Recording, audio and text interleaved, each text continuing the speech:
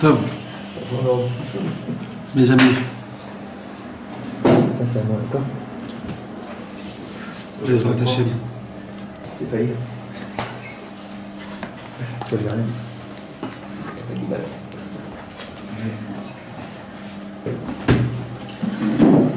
Pour la réflexion chez les mains. Les fois chez les mains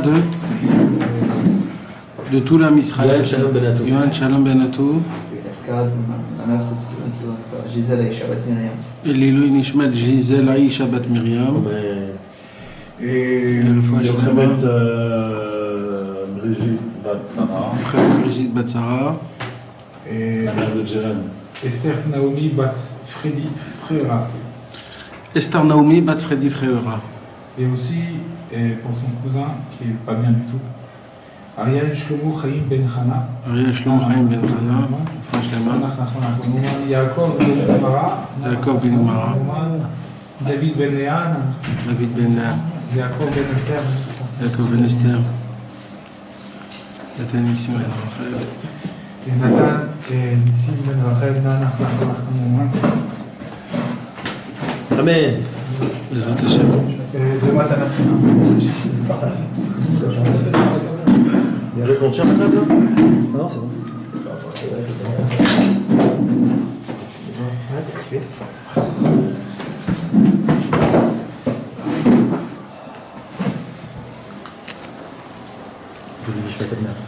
Ah, venez, allez, le Nishmat Avner Ben Ovadia. Top.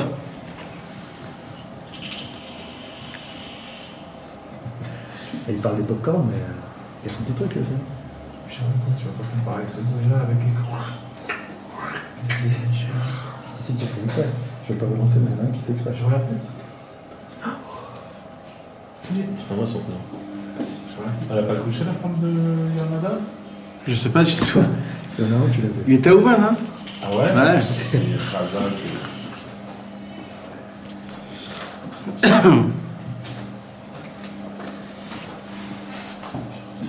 Il y a un petit problème de connexion, 2 minutes, mes amis. Qui fait l'intro. C'est sur le Wi-Fi là ou sur le C'est 3G? ça qui fait l'intro, mais quoi? Sur le Wi-Fi. Le truc, le petit jingle d'intro. Tout c'est Israël. Le nouveau qu'il a fait, il calme. Il fait beaucoup. Ok. Il fait une musique un peu branchée, tu sais. Tu sais pas? Tov. On va commencer avec l'aide de Dieu. La Torah Gimel. Nouvelle Torah, nouvelle ambiance. Rosh Chodesh. Tout pour rentrer avec la pêche. Bezrat Hashem. Se renforcer.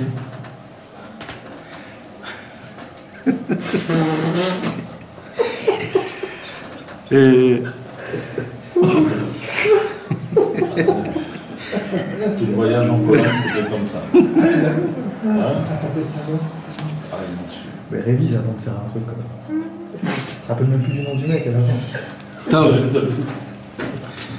Et la Torah Gimel, elle nous parle. Bezrat Hashem, ce soir, on va parler beaucoup de la musique.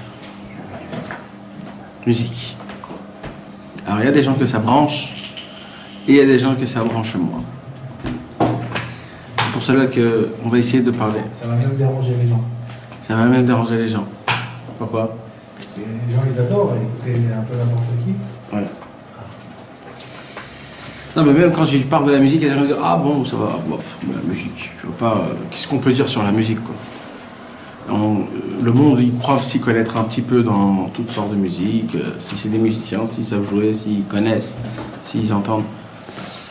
Et ce qu'on va apprendre ce soir, mes amis, on va découvrir que la musique, c'est pas exactement comme ce que nous on croit. C'est bien plus que ce que nous on croit. Bien plus, bien plus. C'est énorme. On peut même pas s'imaginer jusqu'à combien ça peut être tellement c'est puissant. On va le découvrir Bezrat Hashem dans cette Torah-là. J'aime bien toujours moi faire un lien entre chaque Torah parce qu'il y a un inyan comme ça aussi. On va commencer par la Torah Aleph. Torah Aleph, elle parle de la Torah. L'étude de la Torah, c'est le commencement, c'est le minimum de tout. La Torah, c'est tout. Sans la Torah, il n'y a rien. C'est le commencement de tout pour apprendre quelque chose, avoir quelque chose dans la tête. Après, Rabbeinu, il a enchaîné dans la Torah bête, la Tfila. Pourquoi? Parce que la Torah sans la Tfila, ça ne va pas fonctionner. Ça va ensemble. D'accord? Et automatiquement, ce qui vient tout de suite après la Tfila, c'est le chant. Tu comprends? C'est le chant. Ça chante. Pourquoi? Parce que c'est quoi la prière? La prière, c'est de demander, c'est d'essayer d'avoir un contact. Et le chant, la musique, c'est quoi? C'est l'expression, c'est plus que l'expression. C'est et avant et après, quand tu as une joie, tu as une puissance, quand tu vois que la tefila, elle fonctionne. Tu vois qu'Akadosh Baruch Hu, il est là. Mais tu as prié, ça a été répondu. T'imagines qu'est-ce que c'est comme... c'est quelque chose que tu vois de tes yeux, Dieu. C'est-à-dire, tu as prié sur quelque chose, ça s'est passé. Et tu peux pas exprimer. Il n'y a aucune expression qui peut exprimer ça que par un chant. Rien, il n'y a rien. C'est un chant. Maintenant, essayez parce que, mes amis, là, on va commencer à parler de la musique depuis le début. C'est quoi tout? Comment ça s'est passé? C'est quoi la musique, Birlal? Qu'est-ce que vous croyez? Que c'est Stam? Un mec, il est venu, il a trouvé un bout de fer, il a commencé à frapper et que ça a commencé à devenir de la musique? C'est quoi la musique? Comment c'est venu? C'est qui a inventé? Comment ça a commencé? Est-ce que ça appartient aux Juifs ou ça appartient aux Goy? C'était qui les premiers? Tout ça, c'est des choses qui sont très importantes à savoir. Comment rentrer dans le Inyan? Maintenant, on voit que dans la Torah, la musique, ça fait partie des choses les plus importantes qu'il y a dans la Torah. Les Lévim. Les Lévim, au Beth Amikdash, au temple, on chantait. Mais Rabbeinu, il nous apprend qu'il y a énormément de choses, de chants. Les Teilim, ils ont été chantés. Donc, on croit que c'est pas juste une prière. Ouais, tous ces chants, c'est pas juste des chants, c'est la voix, c'est l'instrument. Tu avais dit dans le cours de jeudi que c'est David Ameller, il a été choisi parce qu'il a chanté. Nachon. Donc on voit que Bémet, il y a quelque chose, Alpi Torah, je parle en niveau Torah, que c'est vraiment, vraiment très élevé le Inyan de la musique. C'est pas pour rien que Rabbeinu, il va nous faire une Torah, une démonstration de Torah exceptionnelle, que par rapport à cette Torah-là, on va découvrir combien c'est important la musique. Alors, avant ça, mes amis, comme on est sur la Torah de la musique, donc je vais essayer de relier tout par la musique. C'est sûr qu'il y a encore des autres choses, mais comme c'est le lien de la musique, on sera obligé de rester sur le thème de la musique. En vérité, dans les livres chassidiques, on appelle la musique Sfat HaNeshama. C'est quoi Sfat HaNeshama? Le langage de la Neshama. C'est-à-dire, il y a un langage humain, de corps à corps. C'est quoi un langage? Déjà de base, le langage en lui-même, c'est aussi une invention qui est exceptionnelle. Qu'on a la possibilité de se faire passer, de communiquer en bougeant les lèvres, les dents, la langue, et grâce à ça, ça forme une sorte de communication avec des lettres qu'on combine, et avec ces lettres qu'on combine en fait, qu'on parle, qu'on sort de notre bouche, on arrive à se faire passer des messages. Et pas juste des messages, des connaissances, des sagesses, des secrets, et tout ça par quoi? Tout ça par la musique de ce que sort la bouche par rapport aux lettres. Plus que ça.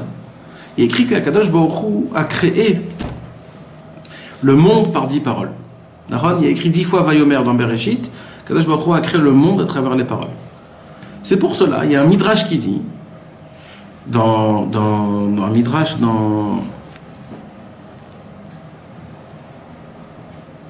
il y a un midrash dans Bereshit qui dit que le jour où Akadosh Baruch Hu il a créé le monde avec les 10 paroles, ce même moment-là, les 10 mélodies ont été créées. C'est quoi les 10 mélodies? Alors, il dit le midrash là-bas que les 10 mélodies, on a expliqué ça plusieurs fois dans des cours, c'est l'équilibre du monde. Le monde en entier, c'est une radiation. Non, radiation, il veut dire une radiation, des ondes.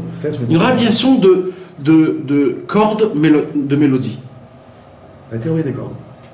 Sans rentrer dans ça. D'accord. C'est un monde qui est basé sur une espèce de vibration du monde, que tout est fait par la mélodie. Maintenant, de quelle mélodie on parle? Tout. Il y a des oiseaux qui sifflent, il y a les arbres qui bougent, il y a les vaches qui et les chiens qui aboient, les coqs qui font leur... il y a les enfants qui pleurent, il y a les hommes qui sont joyeux, qui dansent et qui chantent. Il y a des hommes qui râlent et qui pleurent, soi-disant. Mais le monde, dans sa globalité, il a besoin de cet équilibre-là, de vibration de ce genre de musique qu'il y a dans le monde. De son. Ce son-là, il est très important. Il n'y a qu'une seule fois où le monde il s'est éteint totalement. C'était quand Akadosh Baruch Hu nous a donné la Torah. Quand Akadosh Baruch Hu nous a donné la Torah, le monde, avec toute sa grandeur, s'est éteint. Il s'est tué. Aucun arbre n'a bougé, aucun oiseau n'a sifflé, aucun chien n'a aboyé, rien s'est passé. Il y avait le plus grand silence au monde. Plus grand silence au monde. Parce que quand Akadosh Baruch Hu parle, personne ne bronche. Toute la création du monde. Maintenant, plus que ça. Donc, avant ça, le monde de base, donc avant qu'il a été créé, il a été créé sur une base de son, de musique, de mélodie. Maintenant, nous, on ne comprend pas c'est quoi une mélodie, c'est quoi. Mais, dans un monde qui est bien très élevé, d'accord, à la création du monde, comment Dieu a créé le monde avec des mélodies. Dieu a créé le monde avec la mélodie. Et c'est ce qu'on appelle Asara Mine Negina, les 10 sortes de Negina. D'ailleurs, le livre des Teilim a été fondé, basé sur ces 10 sortes de mélodies. C'est écrit dans le Tikkun Zohar que le monde, quand Mashiach viendra, il va se renouveler par quoi? Par 10 mélodies. Pourquoi? Parce que comme le monde il a été créé par 10 mélodies et c'est l'être humain qui l'a explosé, alors comment on va le renouveler? Comment on va le réparer? Avec 10 mélodies. Et les 10 mélodies feront 10 lettres. Toujours, on reste sur le même, et ça devra être chanté. C'est de là où on vient qu'il y a 10 mélodies. C'est pour ça que Rabbi Nachman, entre parenthèses, il a créé le Tikkun HaKlali. C'est quoi le Tikkun HaKlali? C'est un petit peu comme ce qui va se passer quand Mashiach viendra. Quand Mashiach viendra, Hachem, il va dévoiler les 10 mélodies, et le tzaddik, il va chanter ces 10 mélodies, et le monde va se renouveler. Quand nous, on dit le Tikkun HaKlali, on fait ce qui va se passer quand le Mashiach reviendra, on fait sur notre corps. On répare notre corps complètement. Même si on l'a complètement éclaté, on l'a sali, on l'a troué, avec tout ce que tu veux, le fait est que je redis le Tikkun HaKlali, c'est exactement comme si c'était les 10 mélodies, comme les 10 paroles de la création du monde, je recréais tout mon corps comme si il était propre, comme si il était tout nouveau, complètement. Ça, c'était juste une petite parenthèse. Nanar, c'est pareil, il y a les 10 lettres, et c'est ça aussi. C'est encore un concentré du... On a les phrases, mais on n'a pas la mélodie. Voilà, on n'a pas la mélodie. On a On parle de chant, on parle de mélodie. Ouais. On a les paroles. On a les paroles. Mais dans la Torah, c'est un jeu de mots qui se répète tout le temps. Donc ça veut dire que un sans l'autre, des fois aussi ça peut marcher, tu comprends? Ça veut dire, on n'est pas obligé de tout avoir en même temps. Parce que des fois, la mélodie, c'est un chant, des fois un chant, c'est une musique, des fois une musique, c'est une parole, des fois, c'est Kol, Dibour, Shir, Nigun, c'est toujours pareil. Donc c'est... Alors maintenant... C'est 10 lettres. 10 lettres de quoi? 10 lettres. Ouais, 10 mélodies. Nun, Nunret, Mem, Nun. Il y a 10 mélodies, il y a 10 paroles, d'accord? Donc c'est toujours sur le nombre 10. Donc en fait, ce qui se passe, c'est comme le monde, il a été créé par de la musique, par de la mélodie. Comment ce monde, donc, il rentre en concret? Akadosh Baruch Hu, il a créé ce qu'on appelle des lettres. On a fait tellement de cours, on a tellement parlé sur les lettres. C'est quoi les lettres? La combinaison du monde, c'est tous les atomes qu'il y a qui sont mélangés, des combinaisons de lettres, créer le monde, etc., etc. En vérité, nous on parle toujours de lettres, on s'arrête aux lettres. Mais c'est quoi qui est encore plus haut que la lettre? C'est le son que la lettre elle dégage. Quand tu dis le mot Aleph, il y a un son qui sort Aleph. Donc Aleph, c'est pas la photo du Aleph. C'est quoi la force, la puissance de la lettre Aleph? C'est le son qui sort la lettre Aleph. D'accord? C'est quoi le son qui sort la lettre Aleph? Aleph. D'accord. Puisqu'on le dit. D'accord? C'est quoi le son du bête? Bête. Bête. D'accord? C'est comme ça qu'Hachem il a fait. Donc en fait, la forme de la lettre en elle-même, c'est pas ça sa puissance, c'est aussi ça sa puissance, mais ce qui est encore au-dessus de ça, c'est la musique. C'est-à-dire, avant la création du monde, il y avait une musique. Il y avait une musique de forme de plein de lettres qui se disaient en même temps, et nous on ne pouvait pas comprendre. Donc la une lettre, c'est une note de musique en fait. Hein? C'est tout des notes de musique. Maintenant, ce qui se passe, c'est qu'il faudrait les dire en une seule fois. Quand tu veux dire un mot, au lieu de dire par exemple va être Hanan, Là, j'ai dit les lettres une après l'autre. Va être Hanan. Normalement, la vraie combinaison, comment c'est dans le ciel, en fait, ça doit être tous ces mots-là, en une seule fois, on doit les dire. Comme ce qui est écrit dans la Torah, que quand Akadosh Baruch Hu, il dit Zachor Veshamor, Bedibur Echad. Donc on ne peut pas dire Zachor Veshamor en une seule fois. On dit d'abord Zain, Chaed, Vav, Resh, Shin, Mem, Vav, Resh. Zachor, Shamor. Mais en vérité, ça se dit en une seule fois. Pareil, les 10 paroles, ils ont été dans en une seule fois. Les 10 commandements, ils ont été dit en une seule fois. Tout a été, parce que dans le ciel, c'est une mélodie. C'est une mélodie. Nous, on ne sait pas faire cette mélodie parce qu'on a le temps et la respiration. On ne peut pas les dire en même temps, les lettres. Ça doit se dire en une seule fois, ça doit se dire. Salut, ça va? Oh, Hassan. Donc ça doit se faire en une seule fois. Et donc nous, on ne comprend pas. Donc en vérité, c'est quoi la beauté des choses? C'est qu'en vérité, quand on veut réveiller quelque chose dans le ciel, il faut le chanter. Et comment tu le chantes? En lisant la Torah. C'est pour cela que quand on monte à la Torah, au Sefer Torah, quand tu lis Dafka dans un parchemin, par une lettre qui a été écrite par un humain, que la lettre en elle-même, elle est écrite d'une écriture ashuri, c'est-à-dire comme on écrit, et que la personne, elle voit qu'elle le lit à voix haute, alors ça crée la mélodie d'en haut, ça la fait réveiller, ça fait réveiller tout ce que ça se passe, comme ça s'est passé avant. Mamash, autant d'avoir bidiouk. Ce qui s'est passé avec Avraham, Yitzhak, Yaakov, quand tu lis dans la Torah, ça se fait encore une fois. Plus que ça, je vais vous dire. Le sofer, quand il écrit des mezuzah, quand il écrit les téphilines, ok? Un sofer, il a écrit des téphilines, Meoudar, Sheba Meoudar, Sheba Meoudar, Sheba Meoudar. Il vaut 2000 €. Ok? Si le sofer, après qu'il a terminé d'écrire la paracha, il n'a pas répété de sa bouche, il a lu depuis le début jusqu'à la fin, même qu'elle a été écrite avec tout ce que tu veux, c'est des téphilines qui ne vaut rien. Pourquoi? Parce qu'il faut que l'humain, l'être humain, fasse vivre ces lettres, ce parchemin. Comment on le fait vivre? On tape sur la note. C'est une halakha les basés?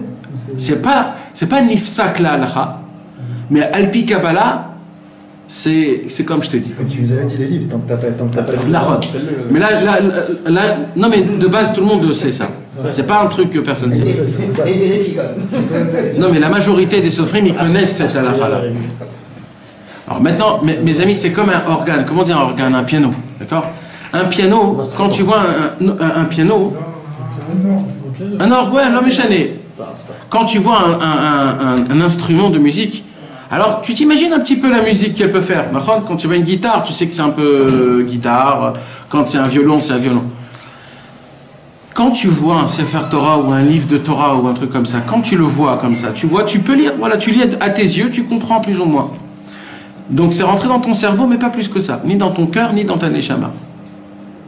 Parce que quand maintenant tu t'assois devant un piano et tu commences à jouer au piano, c'est pas pareil. Quand tu lis les lettres de la Torah, tu appuies sur la lettre, sur la note de la lettre en haut dans le ciel et tu crées une musique. Mamash, ça veut dire tu joues un instrument dans le ciel. C'est pour ça que c'est tellement important de le lire à voix haute et pas que. C'est pour ça que les Tunisiens sont backpit sur les tamis. Comme tu veux. Non, c'est vrai. Comme tu veux. Ils sont hyper backpit. Ok.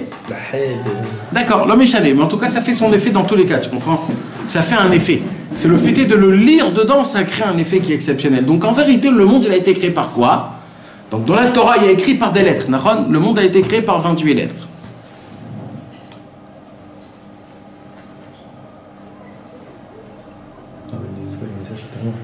D'accord mes amis? Donc qu'est-ce qui se passe? Il se passe que quand donc un homme il rentre en disant la lettre, il appuie sur la note et il fait réveiller la chose. D'accord? J'ai deux questions. Première question, on dit qu'Akadosh Baruch Hu, il avait la Torah et à partir de la Torah il a créé le monde. Donc c'est quoi par rapport à ce que tu disais, c'est quoi? C'est la Torah qui a devancé la parole. C'est pas que Hachem il a dit la parole. Mais moi je parle bien avant ça. Okay. Bien avant encore. Au tout début. Au tout début, dans le monde en haut spirituel, tout était une mélodie. Tout, c'était que une musique. Vous imaginez de quoi je vous parle, mes amis? Nous, on croit que Stam, c'est Stam. On va dans un mariage, on entend une musique, et ça s'arrête là. Mais c'est pas ça du tout. Non, mais ça rejoint aussi le fait qu'on dit qu'ils ont observé que quand tu dis le son de la lettre, ça écrit la lettre. Donc la lettre, c'est... Aujourd'hui, c'est prouvé même scientifique. Et ça fonctionne que dans les lettres hébraïques, pas dans les lettres ABC. Donc ça veut dire, ça nous prouve que mettre la forme et le son de la note, de la lettre qui sort, c'est divin, c'est quelque chose qui vient de tout temps. Et quand Akadosh Baruch Hu, il a créé le monde par les 28 lettres, en fait, c'est vrai, mais encore plus haut que ça. C'est par le son de la lettre, des lettres, que quand tu sors, ça crée la chose en elle-même. D'accord? Hein? Voilà, exactement. C'est pour ça que quand on a donné la Torah, il y a écrit que comme c'est Akadosh Baruch Hu qui a dit les premiers commandements, il y a écrit là-bas qu'il voyait les sons. Ah, ça se crée automatiquement. Comment il voyait? Normalement, on entend un son. C'est parce que quand Akadosh Baruch Hu, il parle, ça crée tout de suite. C'est quelque chose qui est mamage, que tu peux le ressentir. C'est pas quelque chose tam que tu entends. Ouais, ça veut dire c'est une vraie création, une parole. C'est le son en elle-même, tu vois ce son. C'est tellement qu'il est matérialisé, exactement. Donc on voit que ça a commencé comme ça. Donc, à l'origine. À l'origine. C'est quoi l'origine? Tu dis, ils ont fait une expérience avec des enfants, avant la faute, qui sont très jeunes, avec des oscillographes. C'est pour ça que tu connais les oscillographes. Tu connais les oscillographes? Eh ben, ils disaient Aleph, et sur l'oscillographe, oui, voir comme ça. C'est ce qu'on a dit là, c'est ce qu'on a dit à l'instant. Moi, j'ai vu ça. Ouais. Alors maintenant, comment ça a commencé? Israël. Je te rappelle pas ce que ça fait. Mais qui sont mes amis, ce qui se passe, c'est que il y a une question qu'on pose dans la Torah. Est-ce que une mélodie, un son, est-ce que c'est Mekabel Touma? Parce que vous savez qu'il y a des choses dans le monde que ça reçoit la Touma. Il y a de la Touma. Je vais rectifier ma question plus simple. Le métal. Je vais rectifier ma question plus simple. Quand j'entends du jazz d'un goy, est-ce qu'il y a de la Touma dedans? Bah oui. Pourquoi bah oui? Aussi facile comme ça, tu réponds? Ouais, non, parce que tu sais que la logique ça te pourrit. ça t'amène à des mauvaises pensées. De l'intérieur. Ça te rentre à l'intérieur. Alors peut-être c'est toi le problème. Peut-être c'est toi. Non, ça te rentre à l'intérieur de toi. Mais non, parce que c'est lui qui l'a écrit. Non, mais peut-être c'est les humains qui l'interprètent d'une mauvaise. Non, mais lui, il est pas bien, celui qui l'a écrit. Donc ce qui te rentre à l'intérieur de toi, c'est du pas bon. Ouais, mais parce que tu la connais, la Torah. Non, mais du tout. Sur ma vie, même avant de lire. Mais... Gilbert Montagnier, on parle pas de jazz. Gilbert Montagnier, c'est un juif, c'est pas pareil. Ne serait-ce une mélodie pour les paroles. C'est vrai que les paroles, Je parle pas des paroles, je parle pas d'Afka des paroles. Une mélodie. C'est rien, a priori c'est... Alors, c'est une bonne question que moi j'ai. C'est une très très bonne question, cette question-là. Du hard rock, ça peut pas être bon. Hein. Il est pas là. Du hard rock. On peut parler, il est pas là. Comment il s'appelle? Du trance. Du trance. Des musiques de fou. Voilà. D'accord. Ouais, la trance. Wagner. Tristesse, ça t'amène de la tristesse ces trucs-là, de mettre. La musique classique? Ouais, c'est triste. Non, mais il y a du classique qui est super élevé. Mais je te parle des musiques cruelles comme Wagner, comme Bach, comme c'est des choses que quand tu entends, tu deviens un monstre. Bah ouais. D'accord? Mais laisse tomber encore ça. Ça encore laisse tomber. Je te parle des musiques d'aujourd'hui qui ont ni queue ni tête. Ouais. C'est que des bruits, des sons qui te cassent la tête et que les jeunes ils adorent ça. Et est-ce qu'on peut appeler ça ou est-ce qu'on peut appeler ça, je crois. Comment on peut l'expliquer? Alors sachez une chose, mes amis, ça n'existe pas une mélodie tamée. Ça n'existe pas une musique tamée. Allons-y, on peut écouter n'importe quoi. Non, là je parle en général. Ça n'existe pas. Ça n'existe pas une musique impure. Ça n'existe pas. C'est pas dans le lexicon. Il n'existe pas. Toi, tu parles sans les paroles, juste la mélodie. Les paroles, c'est une parole. Laisse tomber les paroles. Je te parle de la musique. Les paroles dans la musique. Ouais, moi, je te parle le son.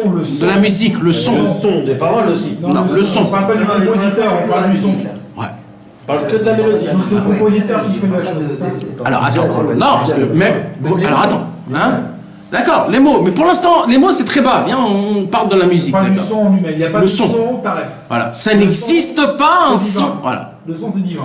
Alors, maintenant, on sait qu'il y a des sons qui sont pas divins. D'accord? Il y a des musiques, du rock, qui va te casser la tête et qui va te rendre agressif. Ça, c'est des choses qui ont été prouvées.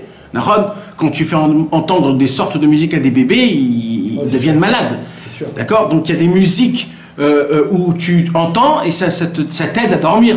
C'est des choses qui ont été prouvées. C'est même écrit dans la Torah, ce genre de choses. Alors, oui, il nage pas sur le son. Alors comment tu peux me dire que le son, non, il n'est pas... Compositeur. Alors, c'est quoi le Inyan? C'est que, mis à part le compositeur, C'est lui qui l'écoute. c'est ça, c'est la personne, le cli, c'est moi. Moi, l'être humain, comme il a des surbases sur sa tête, des choses qu'il a vécues, automatiquement, quand il va recevoir la musique, voilà, ça veut dire un mec qui est... Tu vas me dire date. Un mec qui est par exemple de nature très coléreux, Ça va lui réveiller ça. alors quand il va entendre une certaine musique, ça va lui éclater sa musique. Un homme qui est très atzout, très... pas triste, mélancolique, il est très pas bien, etc. Rasra, quand il va entendre la même musique du coléreux, ça va lui le mettre en rasra. Ça va lui rappeler des souvenirs d'avant, il va commencer à pleurer, etc. C'est comme l'alcool.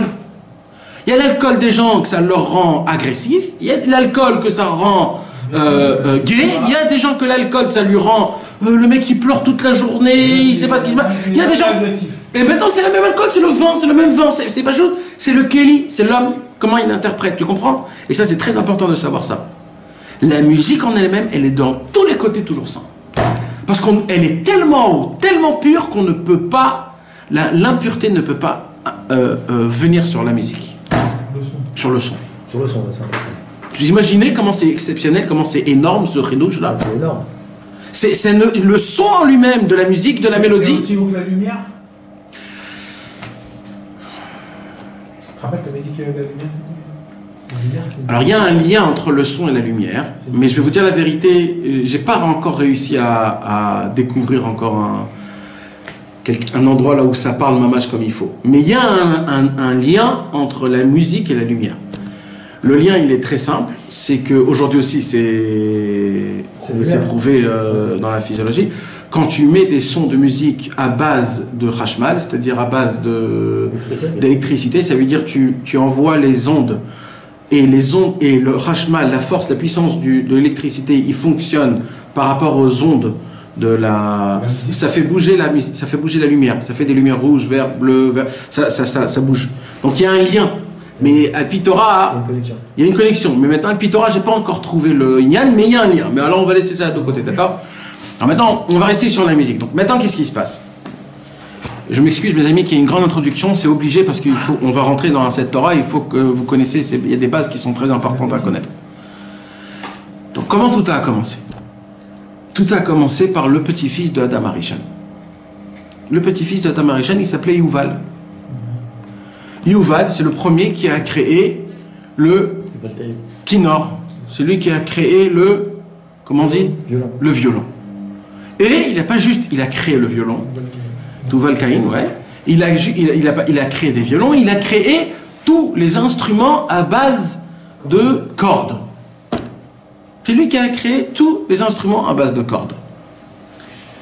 Et le monde, et lui, il a commencé à faire ça. Mais comme lui, c'était pas un tzaddik. C'était pas un tzaddik. Alors, de base, il a créé ça, pourquoi? Pour cet avot à lui. On va pas rentrer dans ça parce que c'est pas notre inyan, mais il avait des pulsions mauvaises, il avait des envies qui étaient très mauvaises, qu'il n'arrivait pas à les faire rentrer dans ce monde. Avec la musique, il arrivait à les faire rentrer dans ce monde. Ok? On va pas rentrer parce que c'est pas la peine de rentrer dans ça. Mais d'après la Torah Mamash, c'est qui est descendu, qui a fait descendre la musique vraiment en grande masse, Mamash. Quand Lévi est né, le fils de Léa, il a fait descendre le monde de la musique. Hein? Dans le temple. Avant, ouais. Mais de base, Lévi en lui-même, toute la journée, il jouait à l'instrument. Lévi, il a joué à tous les instruments. Tous les instruments. Les instruments de frappe, les instruments de respire, de souffle, les percussions, voilà, avant, tout. C'était Yaakov Avinu, il a dit à Lévi, il a dit toi, tu seras obligé de connaître tous les instruments à la perfection. Et tu vas enseigner ça à tous tes enfants, et tous tes enfants vont enseigner. Et le Rambam il dit que le Shevet, la tribu des Lévim, leur travail à eux, c'était quoi? C'est être des perfectionnistes dans tous les instruments. Il dit le Rambam, il y avait des dizaines de milliers de juifs, tous des Lévim, que toute la journée faisaient que de la musique. Toute la journée, tout le temps, pendant des centaines d'années. Jusqu'à la deuxième détruite du Beth Amikdash. Destruction du Beth Amikdash. Des dizaines de milliers, il y avait, t'imagines, il y a des dizaines, tout leur avodat Hashem, c'était quoi? C'était de jouer. Maintenant, les prophètes. On ne peut pas devenir un prophète si on ne sait pas jouer. Parce que comment on arrive... Alors, avant ça, il faut que je vous explique. Pourquoi il s'appelle Lévi alors?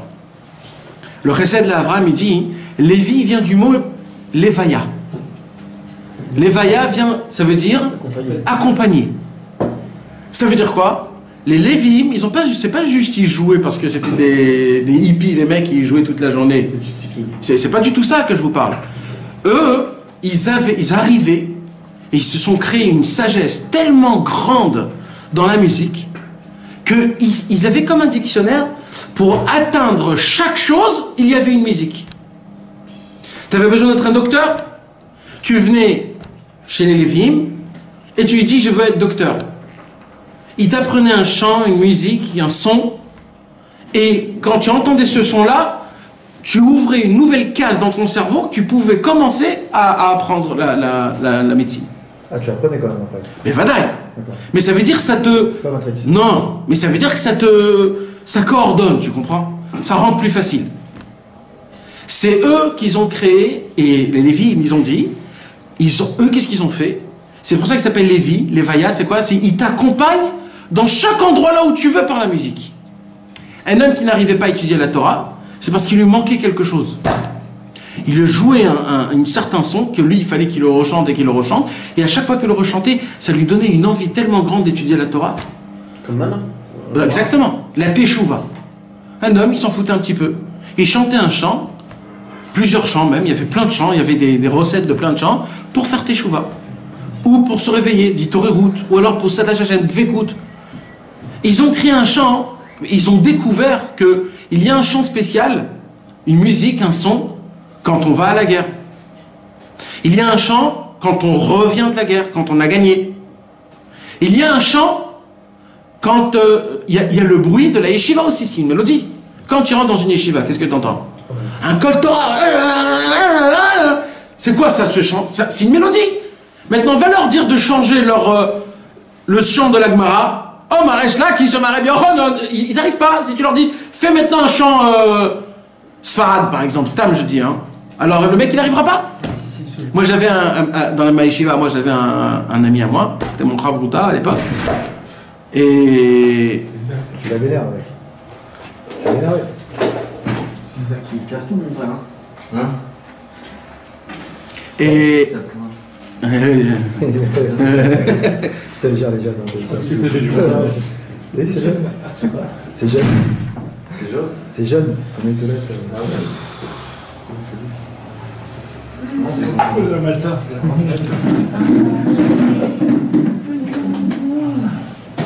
Alors maintenant, qu'est-ce qui se passe? Donc ils ont découvert qu'en vérité, il y a une possibilité d'aller en guerre, par exemple, tu vas à l'armée, mais si maintenant tu vas faire des champs d'armée, tu vas créer des champs d'armée, ils vont plus avoir d'enthousiasme. Ils le font d'ailleurs. C'est ce que je t'explique. Aujourd'hui, nous, on voit ces choses-là. Ouais. Mais c'est où la racine? C'est ça que moi, je veux vous expliquer. C'est les Lévim, la racine. C'est la chanson qu'il avait Rabbeinu pour amener les tzadikim. Exact. Rabbeinu, il a créé 10 mélodies. Il y a 10 chants que Rabbeinu, il a écrits. Il a composé. On a que ça là? Non, on a 10, on a les 10. C'est ça? Ouais, bien sûr. C'est qu'il a dit, c'est pas Rabbeinu qui l'a écrit. C'est lui qui l'a écrit. C'est lui qui l'a écrit. C'est où on accompagne les tzadikim. Oui. C'est lui qui l'a écrit. Ah, je pensais qu'il avait descendu, moi. Les autres, c'est quoi les autres? On va pas rentrer dans ça là, mais il y a.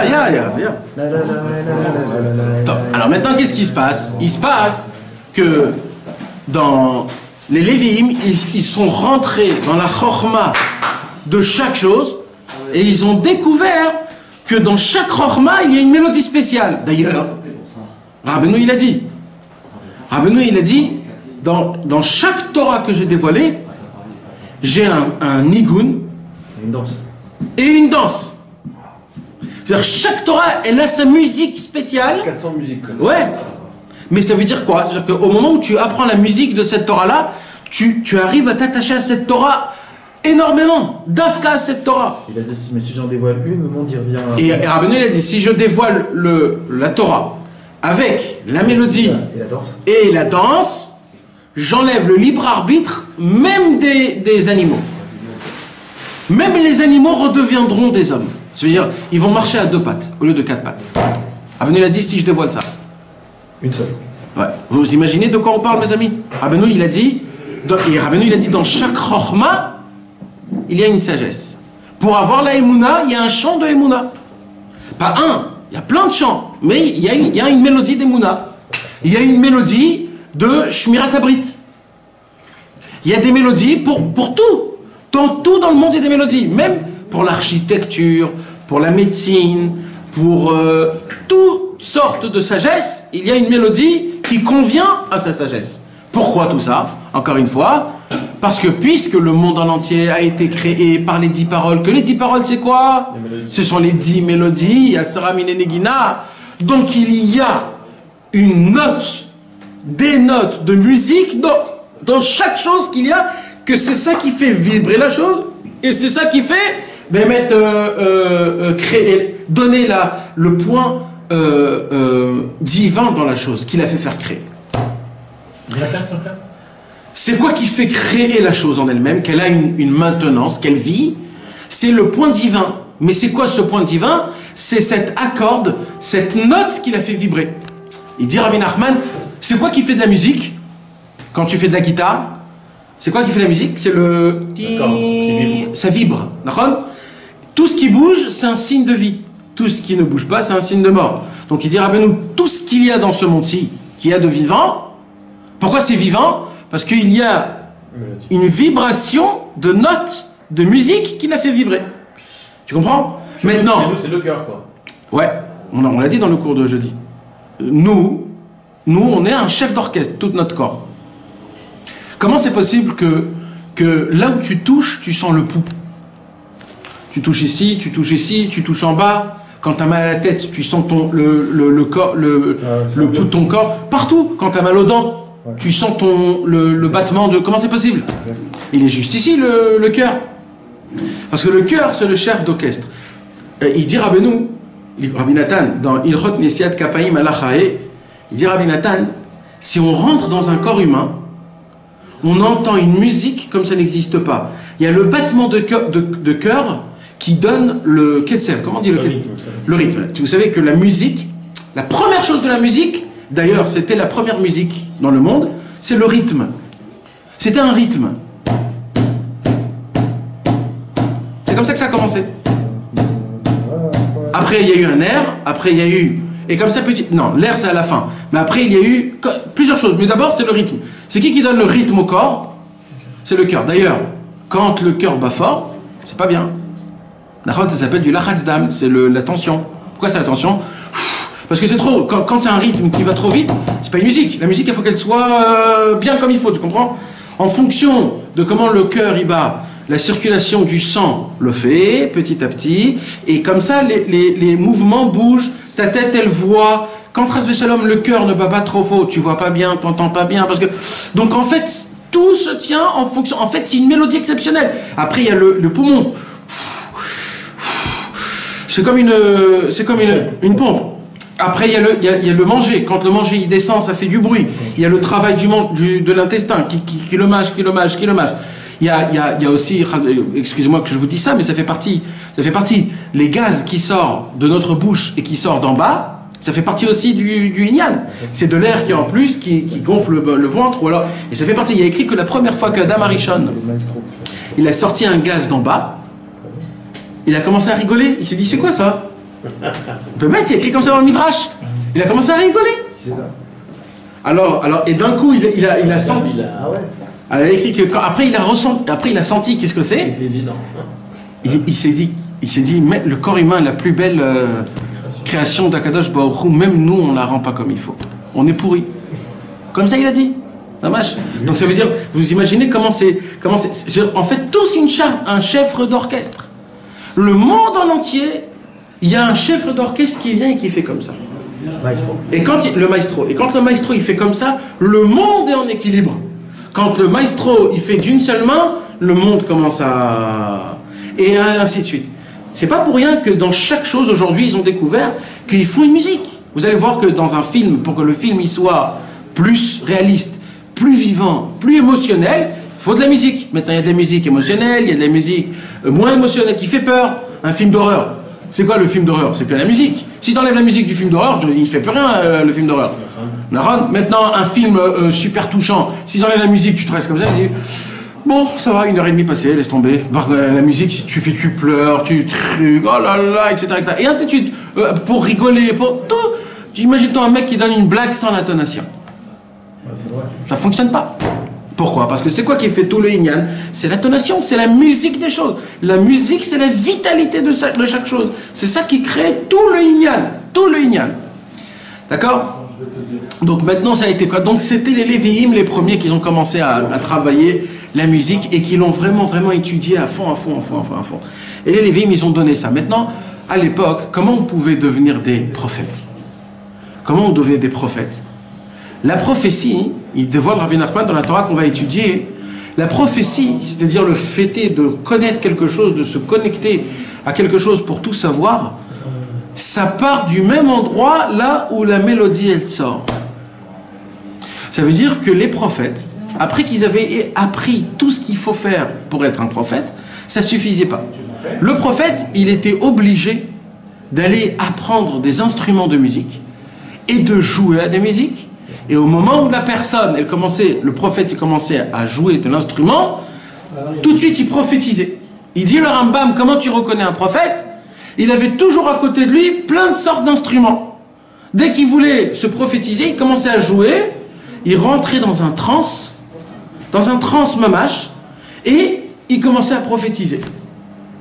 La musique, elle a une force de te réveiller le plus profond des racines de tes cheveux ou de tes poils, de tout ton corps, qui te réveille à quelque chose.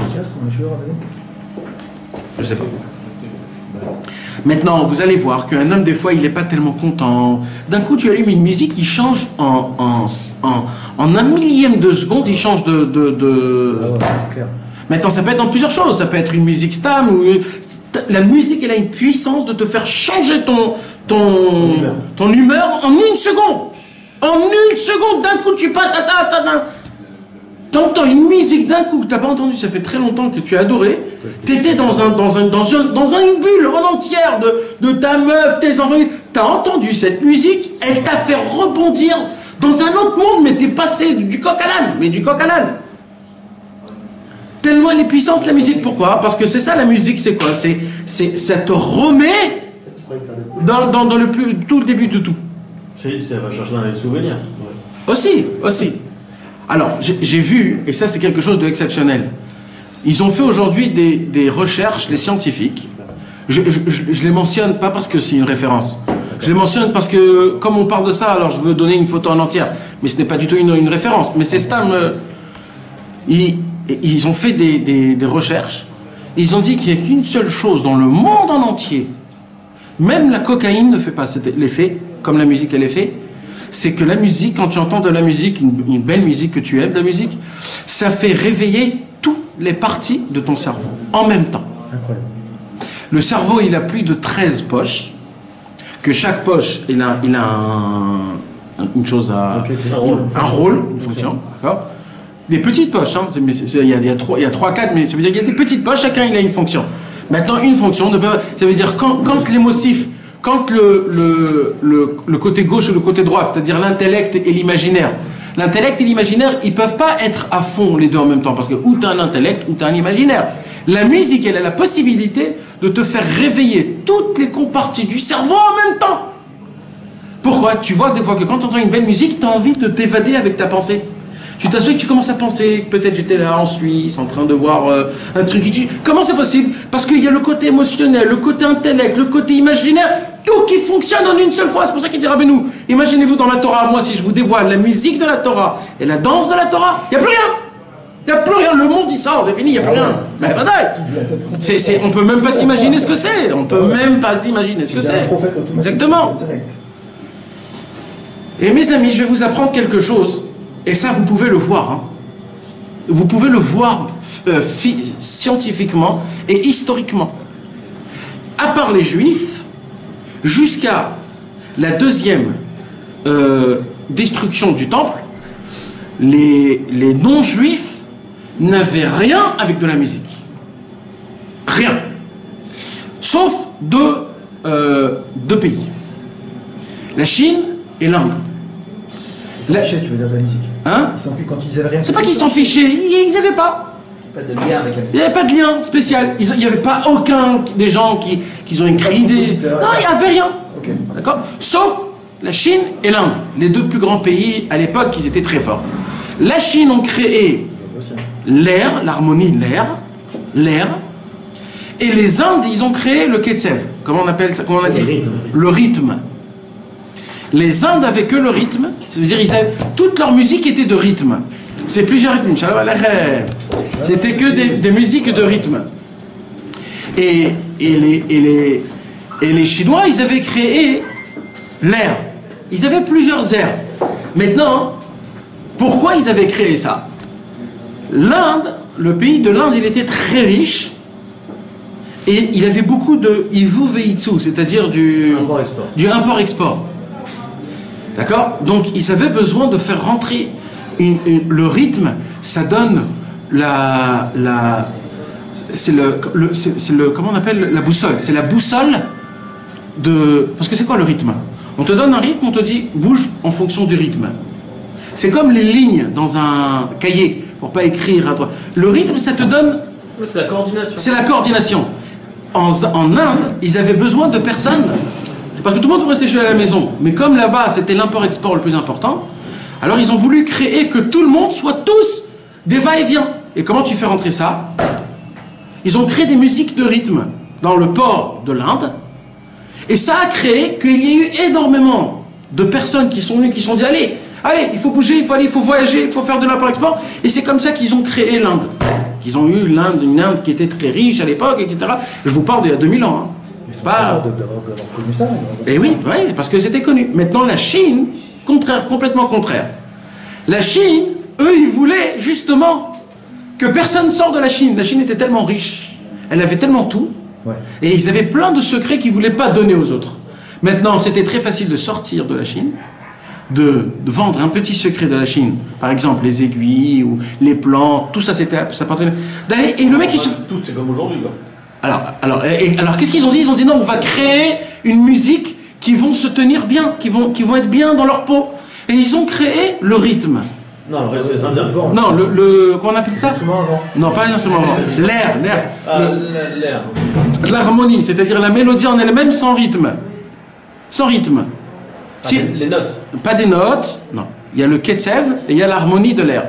L'harmonie, c'est juste un air de mélodie, sans rythme. Tu vois ce que je veux dire? Sans rythme. Il n'y a pas de... Mais c'est juste des mélodies qui montent et qui descendent. Ils ont créé dedans quoi? Un air que là où tu es, tu te sens bien. Parce que qu'est-ce qui se passe quand tu bois un petit peu, t'as bien mangé? Oh là là là, quand les gens ils vont au mikvé, ils chantent pour rien. Oh là, pourquoi? Parce qu'ils se sentent bien d'un coup. Ah, ils commencent à chanter. Ouais, c'est quoi ça? Quand tu te sens bien, tu as un air. Les Chinois, ils ont créé cet air-là, et quand ils ont commencé à chanter cet air-là, vous allez voir que les mélodies chinoises, c'est des mélodies qu'ils ont presque... Aujourd'hui, ça a changé, mais les anciennes, ils n'ont pas de rythme. C'est plein d'airs qui sont très longs, mais qui restent dans le même...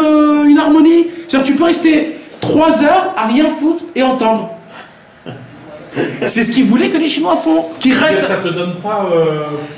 Ça t'envoie pas nulle part. Voilà. Tu es bien là où tu es. Ça t'immobilise. Ouais, ça te fait dormir. Voilà. Donc, mis à part la Chine et l'Inde, il n'y avait... Et même eux, ils n'étaient pas très forts dans la mélodie. Hein. C'était juste comme ça, Ignac. Mis à part eux deux, il n'y avait pas de musiciens nulle part. Il y avait les juifs. Il y a 2000 ans, il n'y avait pas de musicien. Jusqu'à il y a plus que 2000 ans. Ouais, il y a 2000 ans. Il y a 2000 ans, il n'y avait pas de musiciens, sauf 2-3 là, mais la musique appartenait aux Juifs. Depuis la création du monde, les professionnels mondiaux étaient chez les Juifs. Petit à petit, ça se connaît. Les gens ont compris qu'en vérité, c'est quoi qui maintient tout le monde? C'est la musique. Et vous savez, c'était quoi, comment la musique est rentrée dans le monde chez les Goïms? On leur a appris. Comment c'est possible? Comment? La plus ancienne musique où ça a commencé à rentrer dans les pays normaux, c'est-à-dire dans l'Europe, dans le monde, dans l'Occident, ça a commencé comment? Par les knessiyot. C'est-à-dire les églises. La musique des églises. Tu vois ce que je... Les orgues, exactement. Les orgues. Eux, ils ont commencé à inventer. C'est eux qui ont commencé à inventer la musique de la kfira. Au moment où tu entends cette musique, tu deviens koffer. Tu renies. Et comme ça, ils ont réussi à rendre le monde chrétien. Tu renies Dieu. C'est qui a créé la première musique orgue? C'est monsieur Grégorius. Les marchenaux. Hein? Voilà, exactement, les chants grégoriens. C'était Grégory. C'était Grégory qui était à l'époque des Romains. Il est parti chez les Juifs. Mes amis, il est parti chez les Juifs et il a dit apprenez-moi des musiques. Ils lui ont appris. Et les Juifs, mais ils ne savaient pas à l'époque, c'est-à-dire ils lui ont pris de la musique du chant du Beth Amikdash. Oh là là. Ils l'ont appris. Mais comme on a dit que les chants ne peuvent pas rendre tamé, on a dit ça? Le chant ne peut pas être tamé. Donc il s'est dit, ça peut faire que du bien. Allez. Et ils lui ont donné plein de musiques du Beth Amikdash. Lui, il les a interprétées. Et comme c'est lui qui les a composés, créés, en les jouant en notes, alors ça a mis une force de Emouna en lui, parce que c'est un chant d'Emouna. Ça veut dire quand c'est la personne, elle chante, les gens, elles le croient à lui. Et comme les gens eux-mêmes, c'était des goïms, des réchaïm, donc là, ça s'est encore plus rendu mauvais. Et eux, il fallait qu'une chose.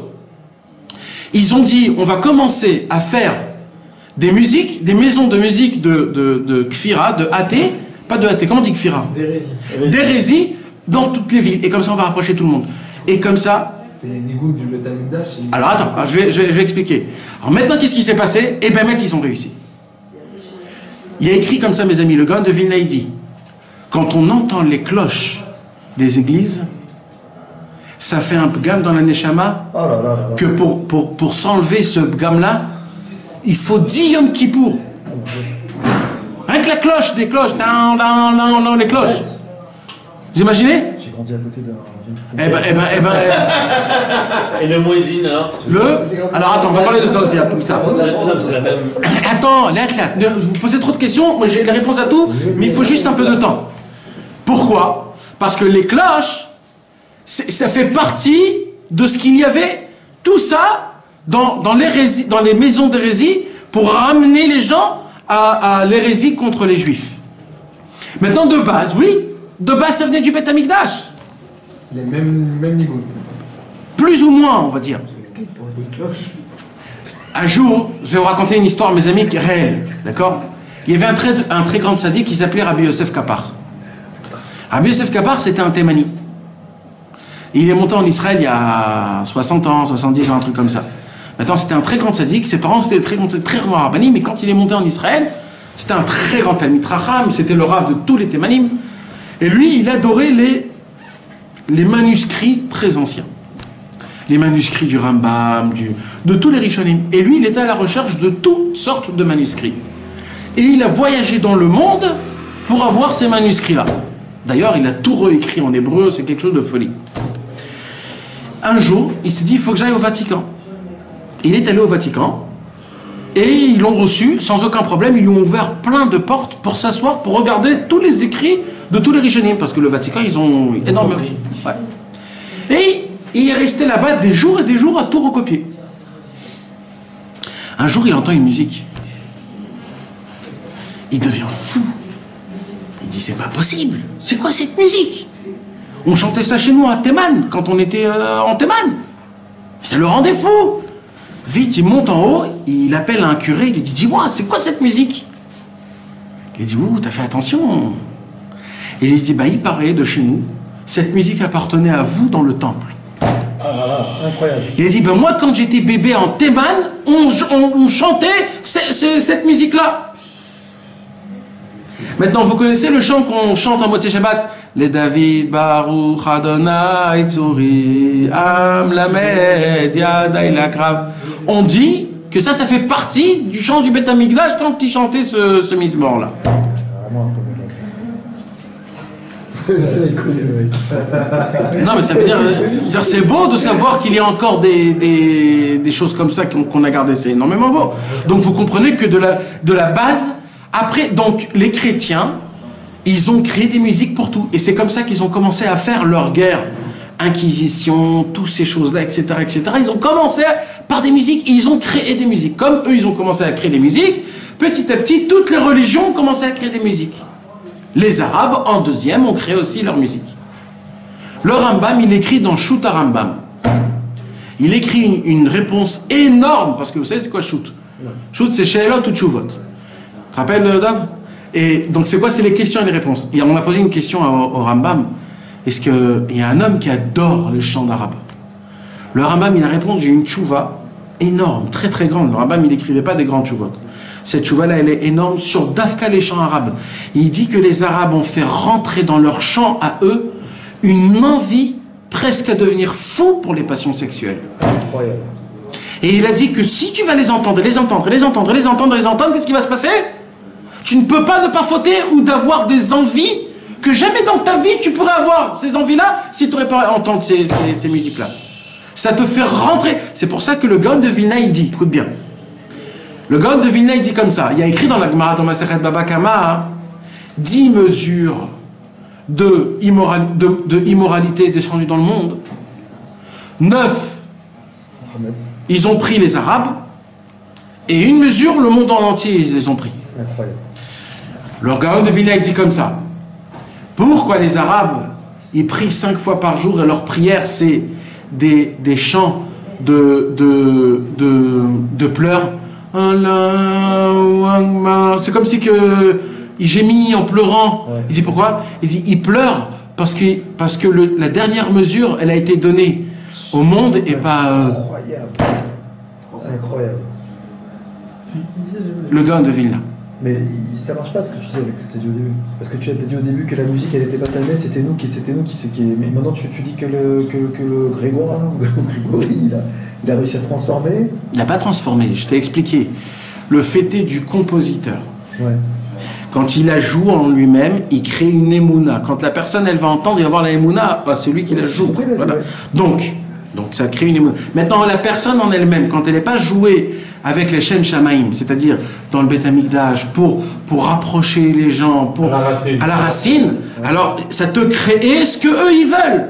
Tu comprends? Ça te crée ce qu'ils veulent, donc ça fait son effet. Ça t'ouvre des cases dans ton cerveau qui n'est pas comme il faut. C'est comme ce qu'on a expliqué, toute la différence entre la Grèce. C'est toute l'histoire de Hanouka. C'est quoi l'histoire de Hanouka?